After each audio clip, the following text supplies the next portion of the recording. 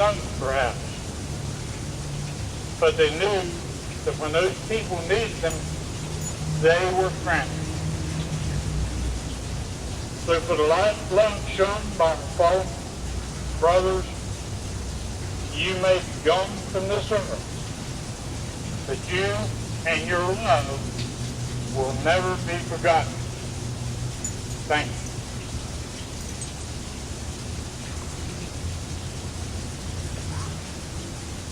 Thank you, Danny.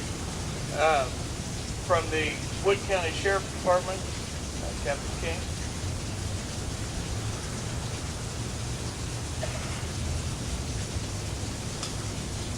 When I was asked to speak, I had no idea what to say when I got up here, and I don't have anything prepared. But the thing that comes to my mind foremost is that before September 11, 2001, police officers and firefighters worked side by side in emergency situations all the time. And from a law enforcement standpoint, a lot of us really didn't pay that much attention to, put that much thought into what the firefighters were risking when they got involved. We knew our own risks and we trained for it.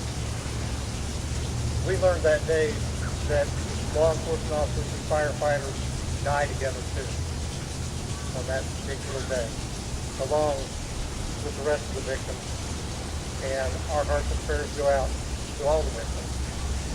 Since that day, we've changed our thinking, and we now train together very closely. Instead of just working beside the fire department, we train with them for this specific type of event.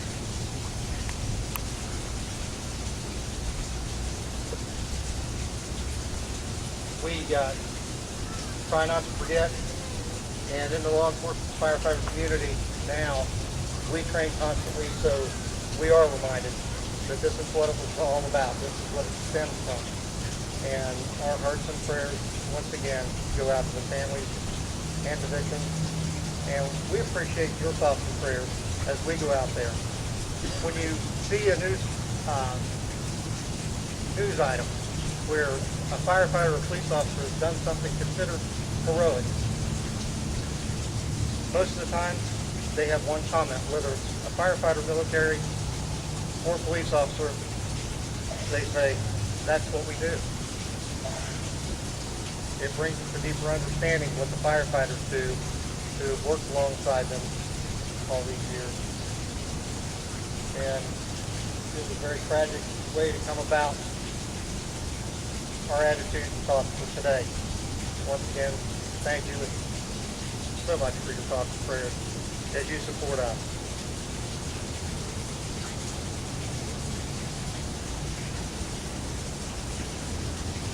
Randy Lowe from our Central 911 Dispatching will read a proclamation from the County Commission.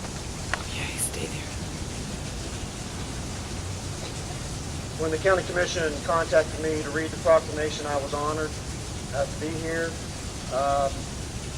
Without further ado, I'll read it. September 9th, 2010, in the County Commission of Wood County, West Virginia, a proclamation.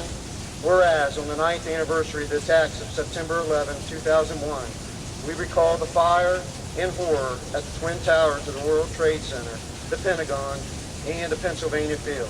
America will always remember the thousands of innocent lives taken by the enemies of freedom that morning. And, whereas, in the face of these unspeakable attacks, we were reminded that the great strength of America is found in the hearts and souls of our citizens. We witnessed firefighters, police officers, other public safety officials, and ordinary Americans demonstrate extraordinary courage, risking their lives to save innocent victims. We saw our country united in compassion as Americans came together to provide relief and bring hope to others. And whereas our brave men and women in uniform have stepped forward to fight our enemies abroad so that we do not have to face them here at home, and we are grateful for the courageous individuals bringing terrorists to justice around the world. And whereas the events of September 11, 2001 will always be a defining moment in our history, we hold the victims and their families in our hearts, and now, therefore, we, the Wood County Commission, on behalf of our citizens, do hereby also honor the memory of Wood County native Mary Lou Haig, who, as an innocent citizen, lost her life while working in the World Trade Center. Be it further proclaimed that the Wood County Commission asks the citizens of Wood County to observe a moment of silence to honor the innocent Americans and people from around the world who lost their lives as a result of the terrorist attacks of September 11, 2001. Signed in the historic Wood County Courthouse on the 9th day of September 2010 in Parkersburg, Wood County, West Virginia.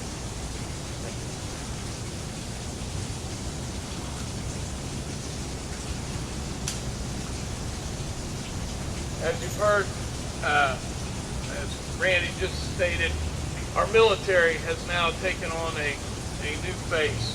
And I want to introduce Terry Moore from the Wood County Airport, which is also a fellow Marine veteran, and to give us a few words.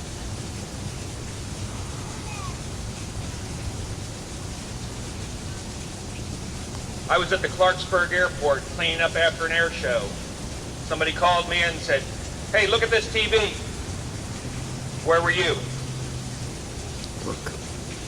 And you. And you. We try not to think about it much, but it's indelibly etched on our memories. We need to remember and honor those who fell. As the aviation guy, I should mention aviation. Every day at the airport, I see the security people and systems and am reminded of this horrible attack. The American aviation industry was severely damaged in these attacks. Few industries could have survived the effects, but we have rebounded and adapted. The resiliency and fortitude of the American people and industry in time of crisis is one of our great strengths. Aviation in the United States was changed forever, but in spite of those changes, we continue to have the safest